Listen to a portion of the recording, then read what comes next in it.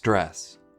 What is it and what can we do about it? Stress is a commonly thrown around word in the mental health world, but at the same time, it's a concept that can be hard to pin down. In this video, I'd like to explore a couple different perspectives on stress and share some things that we can do about it. The truth is, stress, angst, and the tinge of anxiety are part and parcel with life itself, and that's okay. This type of stress is beneficial as it can motivate us to move around, connect with others, get good at things, and engage with the world around us. Yerkes Dodson created what is known as the stress curve to illustrate how too little stress leads to boredom, too much stress leads to overwhelm, and just the right amount of stress allows us to perform at our best. The technical term for this optimal stress is eustress, as opposed to the negative distress.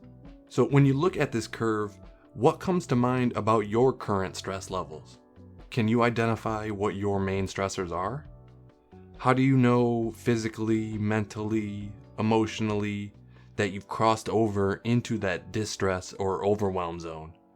Do you have any reliable, healthy ways to bring yourself back to an optimal level of stress? One tip I would recommend is to pause and double check your media consumption habits.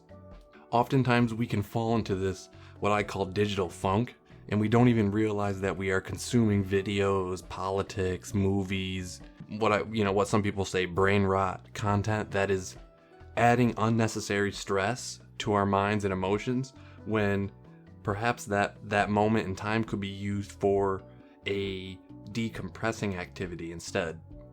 I would suggest get into the habit of not using your phone while you lie in bed, whether that's in the morning or getting into bed at night.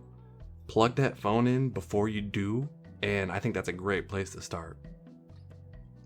Another perspective of stress is the idea that disturbance and health are two sides of the same coin, or two wings of the same bird.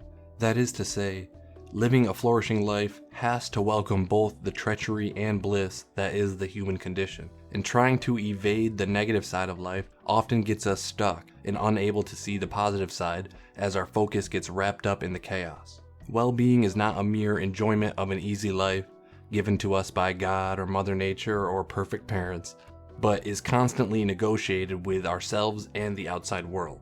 Now, pardon the repetition here, but it's important to understand that suffering is a part of life. We can't escape it. However, we also can't let this disturbance factor consume our lives and put out that inner flame of spirit or purpose that we have for ourselves. Through the struggles of life, we must maintain our aim at a higher good if we want to be able to cope with the stress. If we can maintain true to both our possibilities and our limitations, then our relationship to stress can change. This idea is summed up perfectly by a quote from Friedrich Nietzsche, who once said, "He who has a why to live can bear almost any how." And the why is your purpose and values, and the how is your tolerance to that stress. If our sense of purpose becomes muddied, our risk of feeling overwhelmed skyrockets. Now, this perspective doesn't require you to travel to the Himalayas and become a monk. Rather, it calls for a curious openness to what living is really all about.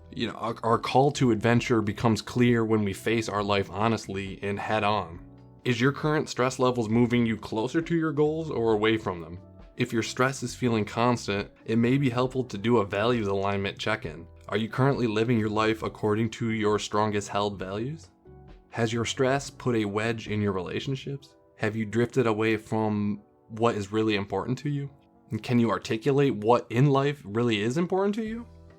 Learning about stress can help us make better decisions about managing it. I hope you found this video helpful and got you thinking about stress maybe in a different way. Stay tuned for more content. Please like and subscribe. Drop a comment below. I'd love to hear your thoughts. Thanks.